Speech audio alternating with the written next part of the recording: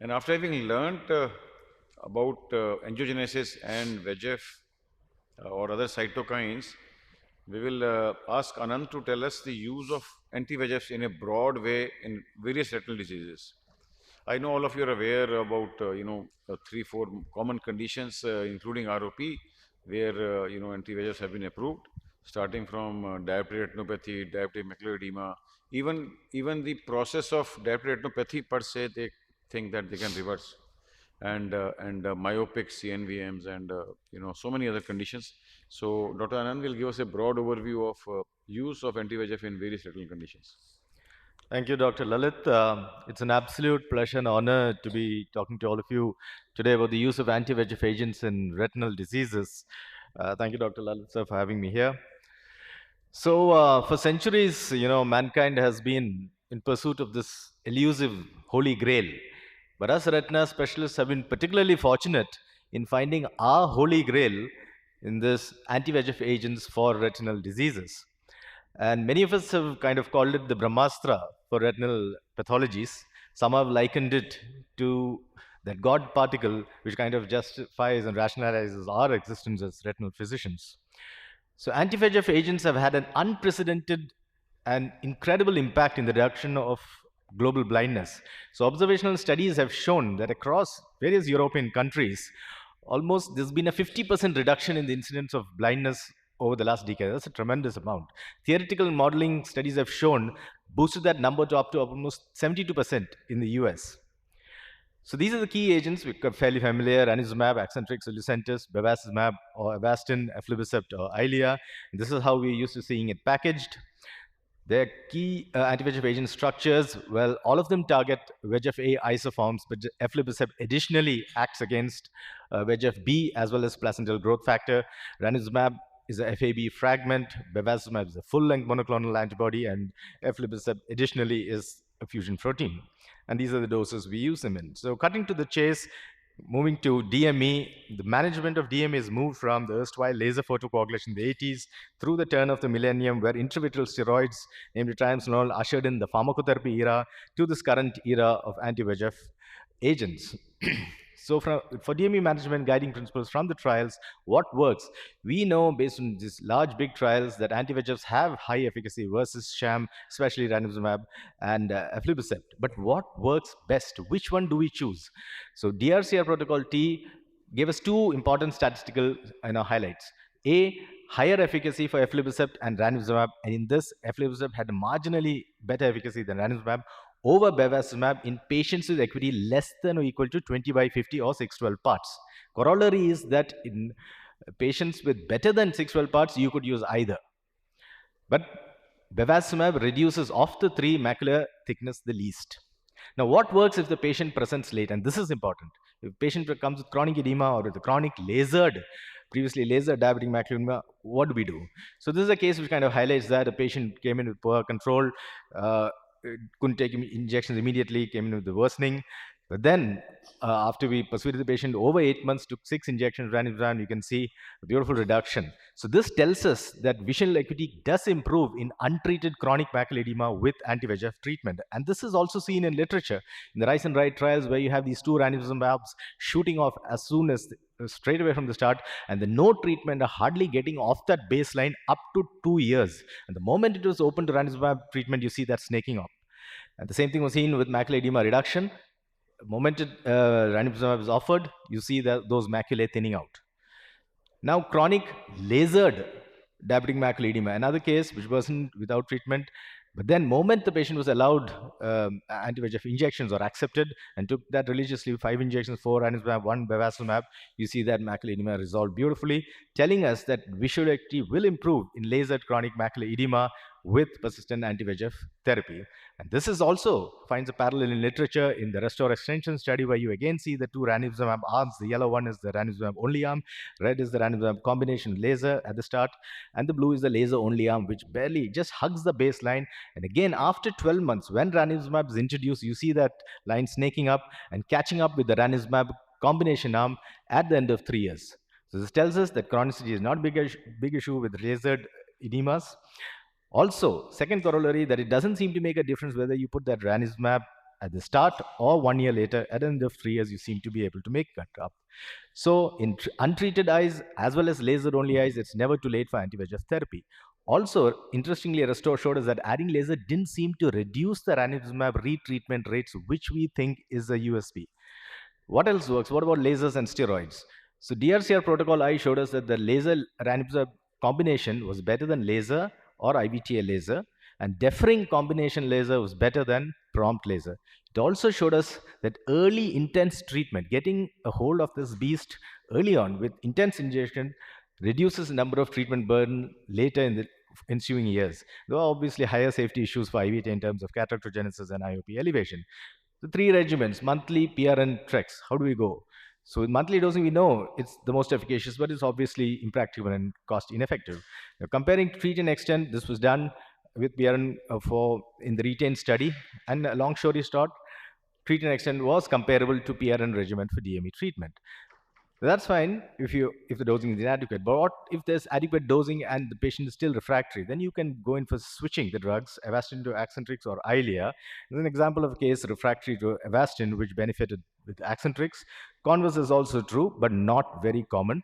But of late, a lot of series have shown us that eflornithine has great value in patients with DME refractory to Avastin and Axentrix. Now, moving to PDR, the debate, PRP versus anti-VEGF. So protocol has showed us that ranibizumab had non-inferiority to PRP, and that the ranibizumab arms actually did better in terms of acuity change from baseline, lesser peripheral visual field loss, fewer vitrectomies, lesser incidence of DME development. But let's just put it out here that in the Indian scenario, in a resource-challenged country like India, PRP is still the gold standard for PDR. And other uses also for refractory NV post PRP, you can put in anti-VEGF. Florid NV also, but please, a word of caution, this can sometimes lead to tractional detachments or crunch, so you have to be careful here. Anti-VEGF in florid NV in macular TRDs as a preoperative adjuvant. We usually do it 3 days pre-surgery. So this massive neovascularization, you can regress it, and then you can have a clean surgery post. Florid NVI also, anti-VEGF can wipe out or regress that neovascularization, as you can see a beautiful example here. And this is useful, especially in cases where you're going in for a trab, for neovascular glaucoma. So giving a pre-op injection will help. Moving to ARMD, evolution of standards of care for neovascular AMD have again moved from laser photocoagulation in the 80s through the turn of the millennium, where we had PDT holding sway, to the current 1.5 decades of anti-VEGF era. So the treatment regimens have moved from monthly through, we dabbled with quarterly, bi-monthly, and then PRN held sway for a long time. And the last 4 or 5 years, treat and extend has come to the fore. So I'm going to focus on the CAT study, which told us a lot. This was a government-sponsored study, NEI-sponsored, not a pharma company trial. And basically, you had 1 plus PRN versus monthly at the start. Now, at the end of 1 year, what happened was the monthly arm was broken into continued monthly as well as a switch to PRN. So you essentially had 3 arms for both the drugs, ranibizumab, bevacizumab, continued monthly, continued PRN from the start, 1 plus PRN, and then 12 months and PRN. Now, how are the results like? So at the end of 2 years, you see ranibizumab monthly had a fractionally better advantage over bevacizumab monthly. But interestingly, if you look at where the green arrows are, if the study had stopped there, then actually bevacizumab monthly was better than ranibizumab monthly. Now, this is a very important slide which shows you that in terms of equity, 1 plus PRN is equivalent to 12 months plus PRN. You see this for both the drugs, bevacizumab and ranibizumab. Look at the green halos. Look at the drug endpoint.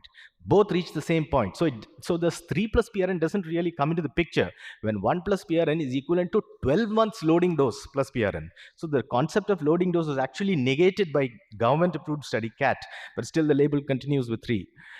And the same thing was seen with macular edema reduction too, especially for ranibizumab. You see the green halo.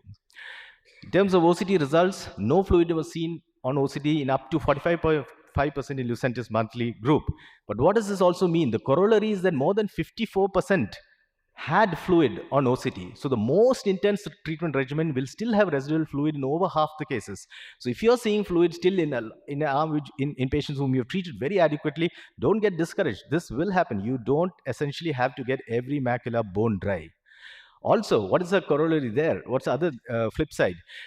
Greatest proportion of study eyes with new geographic atrophy was seen in Lucentis monthly rather than the other lesser arms. So greatest among patients treated monthly. So this most intense treatment regimen raised the incidence of geographic atrophy, raising the question of whether a stronger drug given very frequently can cause some level of apoptosis. The CAT 5-year follow-up. Now, when the patients went off this very intense scrutiny study, you actually found patients going worse. Mean acuity declined to 11 letters worse than at 2 years, 20% acuity, 2200 or worse. Mean lesion size increased by 4.8 millimeters square from year 2 to year 5. FFA leakage in a quarter of those patients, geographic atrophy 41%, and no real difference between the drug dosing regimen. So real world experience tails off, and we'll see this later also. Coming to aflibercept studies, view 1 and view 2 pitted ranibizumab monthly, 0.5 milligrams against 3 arms of aflibercept, 2 milligrams and 0.5 milligrams monthly, and 2Q for 8 weeks. So they found that all the arms did equally well, as you can see. Key results being aflibercept 2Q 8 weekly demonstrated similar efficacy and safety to the standard then 0.5 milligrams monthly. But interestingly, 48% of patients in aflibercept 2Q8 could be maintained on a quarterly dosing. And during the second year, fewer patients in the aflibercept 2Q8 group received 6 or more injections compared to ranibizumab. So we've been talking about safety, efficacy, cost, but now aflibercept was introduced for the first time a newer concept, durability. So that's been its USP. Now looking at treat and extend regimens, like I mentioned earlier. So trend showed us that comparative anatomical outcomes can be expected with ranibizumab treat and extend and monthly. CanTreat showed that along with comparative activity gains, you'd get fewer injections. A bunch of studies showed that visual gains will be the same with treat and extend compared to PRN. And this very nice study from Japan showed that treat and extend very clearly reduced hospital visits compared with PRN and is associated with reduction trend in caregiver burden, including time and cost. So you see the blue boxes of TNE are much smaller than the gray ones of BRN. So basically TNE was cost efficacious compared to monthly and PRN. Choice of drug, Rival showed that ranibizumab was equivalent to aflibercept in terms of acuity gain, macular edema reduction, re-injections, geographic atrophy, as well as safety. Altair also reflected somewhat similar results, but showed up the durability of aflibercept with up to 60% being maintained on 12-week intervals and up to 46% on 16-week intervals. And this slide clearly shows that it's so difficult to replicate what is seen in randomized clinical trials. In real-world evidence, the equity gains really tail off. So treatment choice, obviously in primary treatment, patient can afford it, then ranibizumab or aflibercept, perhaps aflibercept for durability. Cannot afford Avastin for refractory cases and large PEDs, aflibercept. Now, moving to PCV, the Everest showed us clearly from 6-month studies and the 2-year study that combination ranibizumab and PDT was superior to ranibizumab monotherapy in equity improvement at 24 months, as well as achieving complete polyp regression. The PLANET study showed us the 3 monthly doses of aflibercept followed by PDT or no PDT in the 2 arms showed impressive equity gains of greater than 10 letters maintained over 2 years.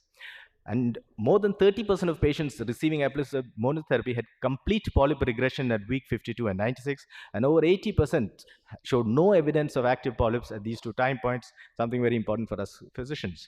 So aflibercept, as we've all seen, has a wow effect. It's a formidable flattener of PEDs, as you can see here. And several trials across the board, across the world, have shown impressive equity gains, as well as complete polyp regression. Ranibizumab, to maintain the balance, also has shown impressive results, especially the laptop study from Japan. And in summary, repeated anti-VEGF therapy can regress polyps, approximately a quarter of them completely and 40%, 42% partly. And aflibercept, based on PLANET, shows remarkable efficacy and has pole position today for PCV management because we don't have PDT. Ranibizumab is also efficacious because of the laptop study. Submacular hemorrhage, you can use pneumatic displacement, tissue plasminogen activity in combination with anti-VEGF. And re-emergence of angio-occlusive therapy like PDT in combination is dearly awaited. In the meantime, low-cost alternatives like TTT or laser can be used, especially when the lesions are extramacular. Moving to retinal vascular occlusions, Bravo and Cruz showed the efficacy of ranibizumab for BRVOs and CRVOs. These two studies tailed into the Horizon, which was an extension, and then Retain, which is a further extension of this. So suffice it to just talk about Retain, which showed impressive results for ranibizumab in BRVO and CRVO at 4 years. Shore showed flexible dosing of ranibizumab. PRN is useful, only minimal injection. Now the question of effect of ischemia and disease duration or chronicity on anti-VEGF in RVOs. So Brighter and Crystal showed very clearly that retinal ischemia did not affect equity gains in ranibizumab treatments with BRVO and CRVO, and also that all these gains, impressive gains, were possible irrespective of disease duration. So basically, chronicity and ischemia should not deter you from trying out anti-VEGF for retinal vascular occlusions. So the LEVO study answered a $1 million question, the shootout between the big three. So it showed that aflibercept achieved numerically greater equity gains with significantly fewer injections than ranibizumab or bevacizumab over 100 weeks in CRVO patients. And Newton showed that aflibercept TNE in CRVO worked well for macular edema refractory to ranibizumab or bevacizumab. And following the switch to aflibercept, the macular edema free interval significantly increased in patients with CRVO up to a mean of 64 days. So the key takeaways in RVO: initial intense anti-VEGF therapy, 3 months followed by PRN is the way. Aflibercept and ranibizumab, more than bevacizumab, are effective as potent primary therapies in vascular occlusions. Ischemia and chronicity is not a contraindication for anti-VEGF therapy. Aflibercept have shown efficacy in RVO macular edema resistant or refractory to ranibizumab, bevacizumab. Dexamethasone and insulin may be considered as alternatives. Dexamethasone plus PRN anti-VEGF has shown to have faster and sustained resolution of macular edema. Steroid and induced IOP cataract is obviously an issue and is indicated in kind of elderly and pseudophakics. Can be used in relative contraindications of anti-VEGF, where, in example, relative stroke, acute MI, uncontrolled. So I'll take a minute. So moving to our last indication, ROP, it's a global problem. In India, over 2 lakh children are at risk of developing ROP every year. The anti-VEGF studies beat ROP, CARE ROP, Rainbow being the main ones, beat ROP, compared bevacizumab 0.625 with laser therapy. CARE ROP was a smaller study in Germany, but importantly looked at 2 doses in bilateral AP ROP, and ranibizumab looked at a large study versus 2 doses, 0.2 and 0.1 versus laser. So the beat showed that bevacizumab was safe. Bevacizumab monotherapy versus lasers in infants with stage 3 plus ROP showed a significant benefit for zone 1, but not zone 2 disease. Ranibizumab's conclusion in the Rainbow, treatment success rate of 80% was achieved with ranibizumab 0.2 versus 66% with laser. Infants treated with ranibizumab 0.2 were twice as likely to achieve treatment success versus laser, which is considered clinically relevant. Ranibizumab 0.2 and 0.1 were well tolerated in patients with ROP, and safety profile was as expected in a preterm population. We're looking forward to the 5-year extension results. Firefly is a study which was done for aflibercept in ROP, and the results were not great. Aflibercept was not non-inferior to laser, but surprisingly, aflibercept has been approved for ROP in Japan. Butterfly is a phase 3 ongoing study. The Cochrane review. Can we wind up, Doctor? Yeah, just a few slides. Anti-VEGF shows that there's reduced risk of refractive errors, significantly reduces risk of recurrence zone 1 ROP, but there is increased risk of recurrence in zone 2 ROP. So in ROP, finally, the key takeaways are: gold standard in the management is still laser photocoagulation, but has its own limitations of myopia, peripheral field restriction, macular dragging, hazy media. Anti-VEGF may be used as primary therapy in AP ROP and posterior severe ROP. A adjuvant role for laser is there when you have residual peripheral avascularity persisting, non-compliance for follow-up, or suboptimal response with anti-VEGF. So in conclusion, anti-VEGF has proved to be immensely efficacious in the treatment of a vast variety of retinal neovascular and edematous pathologies, but importantly, warrants judicious use based on accepted clinical evidence, and is therefore it's become an indispensable part of our armamentarium in treating millions of patients globally.